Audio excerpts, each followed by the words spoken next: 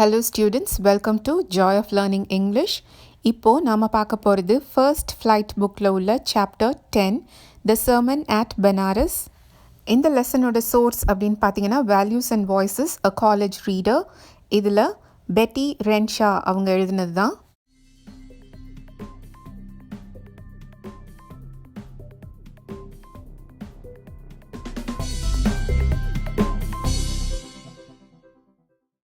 Sermon அப்படின்னா a speech on a religious or moral subject. Benares அப்படிங்கிறது காஷிக்கு தான் இன்னொரு பேர் பனாரஸ். இது உத்தரப்பிரதேஷில் இருக்குது. Gautama Buddha 563 BC to 483 BC. Buddha பிறந்தது 563 BC, இறந்து போனது 483 BC.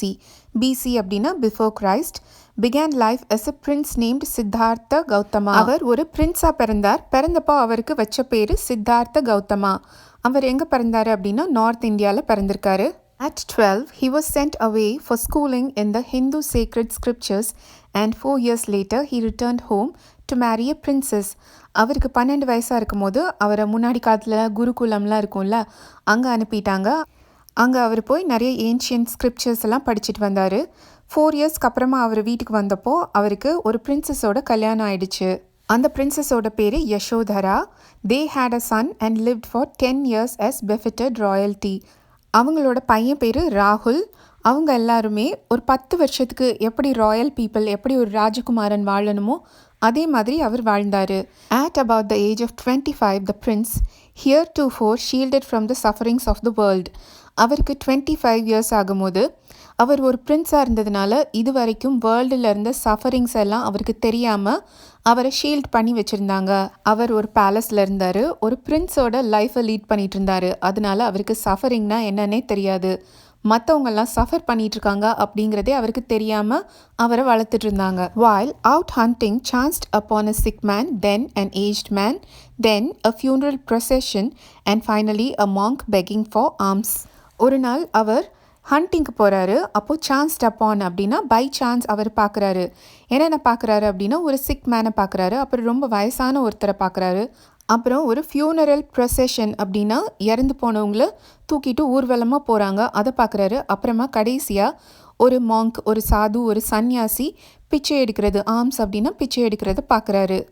These sights so moved him that he at once went out into the world to seek enlightenment concerning the sorrows he had witnessed. இந்த சீன்ஸ் எல்லாம் அவர் அந்த சைட்ஸ் எல்லாம் பார்த்தோன்னா அவருக்கு ரொம்ப கஷ்டமாக இருக்குது.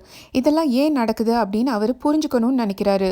என்லைட்டன்மெண்ட் அப்படின்னா ஞானம் பெறுறது, ஏன் நடக்குது அப்படிங்கிற ஒரு அவேர்னஸ், ஒரு நாலேஜ் வேணும் அப்படின்னு அவர் நினைக்கிறாரு. ஏன் மக்கள்லாம் இவ்வளோ சாரோஃபுல்லாக இருக்காங்க, எதனால் இந்த சோகம் வருது, எதனால் இந்த கஷ்டம்லாம் வருது அப்படின்னு அவர் புரிஞ்சுக்கணும்னு நினைக்கிறாரு. He wandered for 7 years and finally sat down under a peepal tree. இந்த ஞானத்தை தேடி அவர் 7 வருஷமாக அலைஞ்சு திரிகிறாரு. கடைசியாக ஒரு நாள் அவர் ஒரு பீப்பல் ட்ரீக்கு கீழே வந்து உட்கார்றாரு. பீப்பல் ட்ரீ அப்படின்னா அரச மரம்னு அர்த்தம். Where he vowed to stay until enlightenment came. அவர் அந்த பீப்பல் ட்ரீக்கு கீழே உட்காந்துட்டாரு. எனக்கு என்லைட்டன்மெண்ட் வர வரைக்கும் நான் இந்த இடத்த விட்டு போக மாட்டேன் அப்படின்ற ஒரு முடிவோடு இருந்தார். Enlightened after 7 days. 7 நாளைக்கு அப்புறம் அவருக்கு ஞானம் கிடைச்சது. He renamed the tree the Bodhi tree, tree of wisdom. 7 நாளைக்கு அப்புறம் அவர் அந்த மரத்தோட பேரை மாற்றிட்டார். பீப்பல் மரத்தை அவர் அதுக்கப்புறமா போதி ட்ரீ, போதி மரம்னு சொல்ல ஆரம்பித்தார். அதாவது ட்ரீ ஆஃப் விஸ்டம். நாம் தமிழில் சொல்லுவோம்ல, புத்தருக்கு போதி மரத்தடியில் ஞானம் கிடைச்ச மாதிரி அப்படின்னு, அதே தான். And began to teach and to share his new understandings. அவருக்கு கிடைச்ச அந்த அண்டர்ஸ்டாண்டிங்கை அவர் மற்றவங்களுக்கும் சொல்லிக் கொடுக்க ஆரம்பித்தார். மற்றவங்களோடையும் அதை share பண்ணிக்கிட்டாரு. At that point he became known as the Buddha. போதி அப்படின்னா ஏற்கனவே விஸ்டம், நாலேஜ் அப்படின்னு நம்ம பார்த்தோம். அவர் ஒரு என்லைட்டன்ட் பர்சனாக, ஒரு ஞானம் பெற்றவராக இருந்ததுனால அவரோட பேரும் புத்தா அப்படின்னு மாறிடுச்சு. The awakened or the enlightened. எல்லாருக்குள்ளேயும் ஞானம் இருக்குது, ஆனால் அவர் அதை புரிஞ்சுக்கிட்டாரு. The Buddha preached his first sermon at the city of Banaras. அவரோட ஃபர்ஸ்ட் சர்மன், அந்த ரிலீஜியஸ் டிஸ்கோர்ஸை அவர் எங்கே கொடுத்தாரு அப்படின்னா பனாரஸ் அப்படிங்கிற ஊரில் தான். Most holy of the dipping places on the river Ganges. இந்தியாவை பொறுத்த வரைக்கும் கங்கா ஒரு ஹோலி ரிவர். அங்கே போய் டிப் பண்ணுறதுக்காக அப்படின்னா குளிக்கிறதுக்கு, முங்கி எந்திரிக்கிறதுக்காகவே நிறைய பேர் அந்த ரிவருக்கு போவாங்க. நிறைய பேர் காஷியில் போய் முழுக்கு போடணும் அப்படின்லாம் சொல்லுவாங்க. அந்த மாதிரி ஒரு ஹோலி பிளேஸில் அவர் தன்னோட ஃபர்ஸ்ட் சர்மன், அதாவது அவரோட ஃபர்ஸ்ட் ரிலீஜியஸ் ஸ்பீச்சை டெலிவர் பண்ணார். That sermon has been preserved and is given here. அந்த ஸ்பீச்சை தான் ப்ரிசர்வ் பண்ணி வச்சுருக்காங்க, அப்படின்னா பாதுகாத்து வச்சுருக்காங்க. அதை இங்கே நமக்கு கொடுத்துருக்காங்க. It reflects Buddha's wisdom about one inscrutable kind of suffering. Inscrutable அப்படின்னா something which cannot be understood. நம்ம எல்லாருக்கும் கஷ்டம் வரும்போது அந்த கஷ்டம் நமக்கு ஏன் வருது அப்படின்றது நமக்கு புரியறதே இல்லை. நமக்கு மட்டும் ஏன் இந்த கஷ்டம் வருது அப்படின்னு தான் நம்ம யோசிச்சுட்டே இருக்கோம். அந்த மாதிரி கஷ்டங்களை பற்றி புத்தாவோட விஸ்டம் என்ன, அவரோட நாலேஜ் என்ன, அவர் என்ன நினைக்கிறாரு அப்படின்றத நாம் இப்போ பார்க்கலாம். Kisa Gotami had an only son and he died. Kisa Gotami அப்படிங்கிற ஒரு லேடிக்கு ஒரே ஒரு பையன் இருந்தான், அவன் இறந்து போயிட்டான். In her grief she carried the dead child to all her neighbours. அவளோட சோகத்தில் அவள் அந்த இறந்து போன குழந்தைய தூக்கிட்டு அக்கம் பக்கத்து வீட்டுக்கெல்லாம் கொண்டு போகிறா. Asking them for medicine. அங்கே போய் அவங்கக்கிட்டெல்லாம் ஏதாவது மருந்து கொடுங்க அப்படின்னு கேட்குறா. And the people said she has lost her senses, the boy is dead. அவங்களுக்கெல்லாம் அந்த பையன் இறந்து போயிட்டான் அப்படின்னு தெரியுது. அவள் பைத்தியம் மாதிரி நடந்துக்கிறா அப்படின்னு சொல்கிறாங்க. At length, கீசா Gautami met a man who replied to her quest. At length அப்படின்னா கீசா கௌதமி இந்த மாதிரி எல்லாருக்கிட்டே கேட்டுட்ருக்கா. கடைசியாக ஒருத்தர் அவளுக்கு ஒரு ஆன்சர் சொல்கிறாரு. I cannot give the medicine for thy child. அவர் என்ன சொல்கிறாருன்னா, என்னால் உன் குழந்தைக்கு எந்த மருந்தும் கொடுக்க முடியாது. தி அப்படின்னா யூ, தை அப்படின்னா your. But I know a physician who can. எனக்கு இதுக்கு மருந்து கொடுக்கக்கூடிய ஒருத்தரை, ஒரு டாக்டரை தெரியும் அப்படின்னு சொல்கிறாரு. And the girl said, pray tell me sir, who is it? And the man replied, go to Shakyamuni the Buddha. இந்த சாக்கியா அப்படிங்கிற ட்ரைபல் கிளான் டிபெட், நேபாள் இந்த இடத்துலலாம் இருந்தாங்க. இவங்களோட கிங்டம் ஒரு ரொம்ப ஃபேமஸான கிங்டமாக இருந்தது. அந்த கிங்டமோட கேபிட்டல் கபிலவஸ்து. அந்த கிளான்லேருந்து வந்ததுனால புத்தாக்கு இன்னொரு பேர் சாக்கியமுனி. புத்தா கிட்ட போ அப்படின்னு சொல்கிறாரு. Kisa Gotami repaired to the Buddha. இங்கே ரிப்பேர்ட் அப்படின்னா டு கோ டு. புத்தா கிட்ட அவள் போகிறா. அண்ட் கிரைட், போய் அழுகிறா. Lord and master, give me the medicine that will cure my boy. அங்கே போய் அவர்கிட்ட அவளோட பாயை க்யூர் பண்ண சொல்லி கேட்குறா. The Buddha answered, I want a handful of mustard seed. அதுக்கு புத்தாவும் ஆன்சர் பண்ணுறாரு, எனக்கு ஒரு ஹேண்ட்ஃபுல் ஆஃப், ஒரு கைப்பிடி கடுகு விதை வேணும் அப்படின்னு கேட்குறாரு. And when the girl in her Joy promise to procure it. அதை கேட்டோன்னே கீசா கௌதமிக்கு ரொம்ப சந்தோஷமாயிடுது. வெறும் கடுகு தானா, நான் போய் கொண்டு வரேன். ப்ரொக்யூர் அப்படின்னா எப்படியாவது கொண்டு வரேன் அப்படின்னு அர்த்தம். கடுகு மட்டும் கொண்டு வந்து கொடுத்துட்டா பையனுக்கு சரியாயிடும், அவன் உயிரோடு வந்துடுவான் அப்படின்னு நினச்சி அவள் சந்தோஷப்படுறா. த புத்தா ஆடட். இவ்வளோ சந்தோஷமாக அவள் சொல்லிட்டு இருக்கும் போதே புத்தா இன்னும் சொல்கிறாரு, the mustard seed must be taken from a house where no one has lost a child, husband, parent or friend. ஆனால் நீ இந்த கடுகை எந்த வீட்டிலேருந்து கொண்டு வரணும் அப்படின்னா, எந்த ஒரு வீட்டில் இது வரைக்கும் ஒரு குழந்தையோ இல்லை ஒரு ஹஸ்பண்டோ ஒரு பேரண்ட்டோ இல்லை ஒரு ஃப்ரெண்டோ இறந்து போகவே இல்லையோ அந்த வீட்டிலேருந்து நீ கடுகு வாங்கிட்டு வரணும் அப்படின்னு சொல்லிடுறாரு. Poor Kisa Gotami now went from house to house. பாவம் கீசா கௌதமியும் ஒவ்வொரு வீடாக போகிறா. And the people pitied her and said, here is mustard seed, take it. அவங்களுக்கெல்லாம் அவளை பார்த்தாலே பாவமாக இருக்குது, அதனால் கடுகை கொடுத்து இந்தா எடுத்துக்கோன்னு சொல்கிறாங்க. But when she asked, did a son or daughter, a father or mother die in your family? ஆனால் அதை வாங்குறதுக்கு முன்னாடி அவள் கேட்குறா, உங்கள் வீட்டில் யாராவது ஒரு மகன், மகள், அப்பா, அம்மா யாராவது இறந்து போயிருக்காங்களா அப்படின்னு.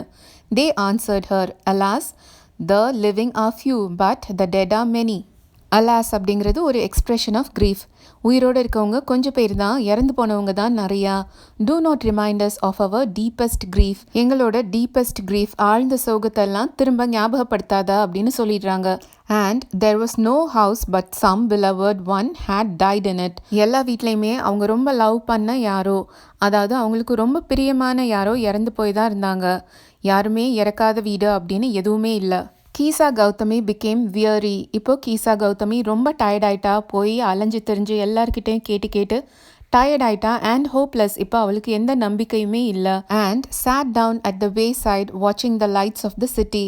இப்போ ரொம்ப டயர்டாகி அவள் தெரு ஓரமாக ஒரு இடத்துல உட்காந்து அந்த சிட்டியில் அங்கங்கே விளக்கேற்றி வச்சுருப்பாங்கல்ல, அந்த வெளிச்சத்தெல்லாம் அவள் பார்த்துட்ருக்கா. as they flickered up and were extinguished again. ஃப்ளிக்கர்ட் அப்படின்னா அந்த காலத்து விளக்கெல்லாம் மின்னி மின்னி எரியும். கொஞ்சம் நேரம் கழித்து அதெல்லாம் அணைஞ்சும் போச்சு. At last the darkness of the night reigned everywhere. விளக்கெல்லாம் அணைஞ்சு போய் நைட் ஆகி எல்லா இடமும் இருட்டாயிடுச்சு. And she considered the fate of men. இப்போ அவ மனுஷங்களோட விதியை நினைச்சு பார்க்கறா. That their lives flickered up and are extinguished again. அவ பார்த்துட்டு இருந்தா அந்த விளக்கு மாதிரி தான் நம்மளோட வாழ்க்கையும். லைட் நல்ல வெளிச்சமா இருக்கு, அப்புறம் அது அணைஞ்சு போயிடுது. அதே மாதிரி தான் human beings live for a certain period of time and அதுக்கப்புறம் அவங்களோட லைஃப் அந்த லைட் எப்படி எக்ஸ்டிங்விஷ் ஆச்சோ அதே மாதிரி டெத் அப்படிங்கிற ஒரு எண்ட் வந்துடுது. And she thought to her self. இப்போ அவள் நிறைய விஷயத்த ரியலைஸ் பண்ணுறா. அதனால அவள் மனசில் சில விஷயங்கள் அவளுக்கு தோணுது. How selfish I'm I in my grief. என்னோட சோகத்தில் நான் எவ்வளோ செல்ஃபிஷாக இருக்கேன், சுயநலவாதியாக இருக்கேன். Death is common to all. எல்லாரும் ஒரு நாள் இறந்து தான் போகணும். Everybody has to tie. Yet in this valley of desolation there is a path that leads him to immortality who has surrendered all selfishness. இந்த லைன்ஸ் தான் இந்த லெசன்லேயே most important lines. Death is common, எல்லாரும் ஒரு நாள் இறந்து தான் போகணும். ஆனால் வேலி ஆஃப் டெசலேஷன் அப்படின்னா an area which is filled with deep sorrow. இந்த உலகமே ஒரு சாரோஃபுல் பிளேஸாக இருக்குது. ஆனால் இந்த சோகமான இடத்துல கூட நம்மளை இம்மார்டாலிட்டிக்கு கூட்டிகிட்டு போகிற ஒரு பாத், ஒரு வே இருக்குது. மார்டல் அப்படின்னா ஹியூமன் பீயிங்ஸ் எல்லாருமே மார்டல் தான். அதாவது யாரெல்லாம் இறந்து போவாங்களோ அவங்கெல்லாம் மார்டல். இம்மார்டல் அப்படின்னா யாருக்கெல்லாம் டெத்தே கிடையாதோ அவங்க தான் இம்மார்டல். எல்லாரும் இம்மார்டல் ஆகணும்னா அதுக்கு ஒரே வழி சரண்டர் ஆல் செல்ஃபிஷ்னஸ். நம்ம மனசில் இருக்க இந்த செல்ஃபிஷ்னஸ், சுயநலத்தை நாம் ரிமூவ் பண்ணிட்டோம்னா நம்ம எல்லாருமே இம்மார்டல் ஆகிடலாம். The Buddha said, the life of mortals in this world is troubled and brief and combined with pain. Buddha என்ன சொல்கிறாருன்னா, லைஃப் ஆஃப் மார்ட்டல்ஸ்னால் என்னன்னு ஏற்கனவே சொல்லிட்டேன். இந்த ஹியூமன் பீயிங்ஸ், எல்லா லிவிங் பீயிங்ஸ், இவங்களோட லைஃப் இந்த உலகத்தில் எப்படி இருக்குன்னா ட்ரபிள்ட், ரொம்ப கஷ்டம் நிறைந்த ஒரு வாழ்க்கையாக இருக்குது. ப்ரீஃப், கொஞ்ச நாள் வாழ்ந்துட்டு இறந்து போயிடுறாங்க. கம்பைன்ட் வித் பெயின், அதோட ரொம்ப சோகமான சாரோஃபுல் லைஃபாக இருக்குது. For there is not any means by which those that have been born can avoid dying. டெத்தை அவாய்ட் பண்ணுறதுக்கு எந்த ஒரு வழியுமே கிடையாது. ஒருத்தருக்கு வயசாயிடுச்சுன்னா இறந்து போகிறது உறுதி. Of such a nature are living beings. இது ஹியூமன் பீயிங்ஸ்க்கு மட்டும் இல்லை, இந்த உலகத்தில் இருக்க எல்லா லிவிங் பீயிங்ஸுக்குமே டெத் அப்படிங்கிறது இன்எவிட்டபிள். நம்மளால் அதை தவிர்க்கவே முடியாது. As ripe fruits are early in danger of falling. இதுக்கு அவர் ஒரு எக்ஸாம்பிள் கொடுக்குறாரு. இப்போ ஒரு பழத்தை நீங்கள் மரத்திலே விட்டுட்டிங்கன்னா அது நல்லா பழுத்ததுக்கப்புறம் ஒரு நாள் அதுவே மரத்துலேருந்து கீழே விழுந்துடும். So mortals when born are always in danger of death. இந்த மாதிரி தான் மார்ட்டல்ஸும், அவங்களுக்கு எப்போ வேணாலும் டெத் வரலாம். as all earthen vessels made by the potter and in being broken. எப்படி ஒரு பாட்டர் செய்கிற எல்லா அந்த earthen வேரும் ஒரு நாள் உடஞ்சி போகுமோ, இதை நம்ம சித்தர் பாடல்களில் கூட நிறைய சொல்லியிருக்காங்க. மாயனாரம் குயவர் செய்த மண் பாத்திரம் அப்படின்னு நம்மளோட பாடியை சொல்லுவாங்க. So is the life of mortals. எப்படி ஒரு மண் பாத்திரம் ஒரு நாள் உடஞ்சி போகுதோ அதே மாதிரி நம்மளோட லைஃப்பும் ஒரு நாள் எண்ட் ஆகிடும். Both young and adult, both those who are fools and those who are wise, all fall into the power of death. ஒருத்தர் யங்காக இருக்கலாம், அடல்ட்டாக இருக்கலாம், ஃபூலாக இருக்கலாம், இல்லை ரொம்ப புத்திசாலி வைஸ் பர்சனாக இருக்கலாம். யாருமே இந்த பவர் ஆஃப் டெத்லேருந்து தப்பிக்கவே முடியாது. டெத் அப்படின்ற டேஞ்சர் எப்போவுமே நம்ம கூடவே இருக்குது. யாராக இருந்தாலும் அவங்களுக்கு ஒரு நாள் எண்ட் வரும். Of those who overcome by death depart from life, a father cannot save his son nor kinsmen their relations. After death, life முடிஞ்சதுக்கப்புறம் ஒரு அப்பாவால் தன்னோட சன்னை காப்பாற்ற முடியாது. ஒரு ரிலேட்டிவால் தன்னோட இன்னொரு ரிலேட்டிவை காப்பாற்றவே முடியாது. Mark, while relatives are looking on and lamenting deeply, one by one mortals are carried off like an ox that is led to the slaughter. ஒவ்வொரு சொந்தக்காரவங்களாம் வந்து அவங்க லேமெண்ட் பண்ணுவாங்க, அதாவது they will feel sorry. ஆனால் ஒவ்வொருத்தராக இந்த உலகத்தை விட்டு போயிட்டே தான் இருக்க போகிறாங்க. எப்படி ஒரு ஆக்ஸை நம்ம ஒரு ஸ்லாட்டர் ஹவுஸுக்கு கொண்டு போகிறோம், மாடை வெட்டுறதுக்கு கூட்டிகிட்டு போவாங்க இல்லையா, கசாப்பு கடைக்கு, அதை தான் சொல்கிறாங்க. So the world is afflicted with death and decay. இந்த உலகத்தில் டெத், டீகே அப்படின்னா எல்லாமே ஒரு நாள் அழிஞ்சு தான் போகணும். Therefore the wise do not grieve. அதனால் புத்திசாலிகள், அதாவது இங்கே வந்து என்லைட்டன்ட் பீப்புள், ஞானம் பெற்றவங்க இதெல்லாம் பார்த்து கவலைப்பட மாட்டாங்க. Knowing the terms of the world, உலகத்தோட நியதி இதுதான் வாழ்க்கை அப்படின்னு புரிஞ்சுக்கிட்டவங்க கவலைப்பட மாட்டாங்க. இங்க அஃப்ளிக்டட் அப்படின்னா affected by suffering, disease or pain. இந்த உலகமே சஃபரிங், டிசீஸ், பெயின் இதால அஃபெக்ட் ஆகி இருக்கு அப்படிங்கிறத நம்ம புரிஞ்சுக்கணும். Not from weeping nor from grieving will anyone obtain peace of mind. யாராவது ஒருத்தர் இறந்து போயிட்டாங்கன்னு சொல்லி அழுகிறதுனாலையோ இல்லை ரொம்ப எக்ஸ்ட்ரீம் சாரோஃபுல் ஸ்டேட்டில் இருக்கிறதுனாலையோ நமக்கு பீஸ் ஆஃப் மைண்ட் கிடைக்கவே போகிறதில்ல. On the contrary his pain will be the greater and his body will suffer. ஆனால் அதுக்கு ஆப்போசிட்டாக என்ன நடக்கும் அப்படின்னா நம்மளோட பெயின் இன்க்ரீஸ் ஆகிட்டே போகும், நம்மளோட உடம்பு சஃபர் பண்ணும். பாடி எப்படி சஃபர் பண்ணும் அப்படின்னா he will make himself sick and pale. இப்படி அழுதுகிட்டே இருக்கிறதுனால ஒரு பர்சன் சிக்காக தான் ஆவார். பேல் அப்படின்னா ரொம்ப அன்ஹெல்தியாக ஆகிடுவாங்க. yet the dead are not saved by his lamentation. நம்ம அழுது புலம்புறதுனால இறந்து போனவங்கள நம்மளால் சேவ் பண்ண முடியாது. ஆண்டாண்டு காலம் அழுது புரண்டாலும் மாண்டார் வருவதில்லை. He who seeks peace should draw out the arrow of lamentation and complaint and grief. இந்த லேமெண்டேஷன் கவலைப்படுறது, கம்ப்ளைண்ட் பண்ணுறது, க்ரீஃப் அப்படின்னா சாரோஃபுல்லாக இருக்குது, இதெல்லாம் நம்ம மனசில் இருக்க ஒரு ஆரோ மாதிரி. அது நமக்கு பெயினை இன்க்ரீஸ் பண்ணிகிட்டே தான் இருக்கும். ஹூ சீக்ஸ் பீஸ், உண்மையிலே உங்களுக்கு மனசு அமைதியாக இருக்கணும்னு நீங்கள் நினச்சிங்கன்னா இந்த ஆரோவை உங்கள் மனசை விட்டு எடுத்துடணும். He who has drawn out the arrow and has become composed will obtain peace of mind. அந்த ஆரோவை எடுத்தவங்களோட மனசு காம் ஆகிடும், கம்போஸ்ட் ஆகிடும், அப்புறம் அவங்களுக்கு பீஸ் ஆஃப் மைண்ட் கிடைக்கும். He who has overcome all sorrow will become free from sorrow and be blessed. யார் தன்னோட மனசில் இருக்க இந்த சாரோவை ரிமூவ் பண்ணுறாங்களோ, அதை ஓவர் கம் பண்ணி அதை தாண்டி வர்றாங்களோ அவங்க தான் சாரோவிலேருந்து ஃப்ரீ ஆக முடியும். அண்ட் பி பிளெஸ்ட், அவங்களுக்கு தான் என்லைட்டன்மெண்ட் கிடைக்கும், அவங்கள தான் காட் பிளெஸ் பண்ணுவார். உங்களுக்கு இந்த வீடியோ யூஸ்ஃபுல்லாக இருந்ததுன்னா கண்டிப்பாக இந்த வீடியோவை லைக் பண்ணுங்கள், எனக்கும் காமெண்ட் பண்ணி சொல்லுங்கள். For more such videos, hit the subscribe button, keep the bell icon on, like the video and share the video with your classmates and friends. See you in next class.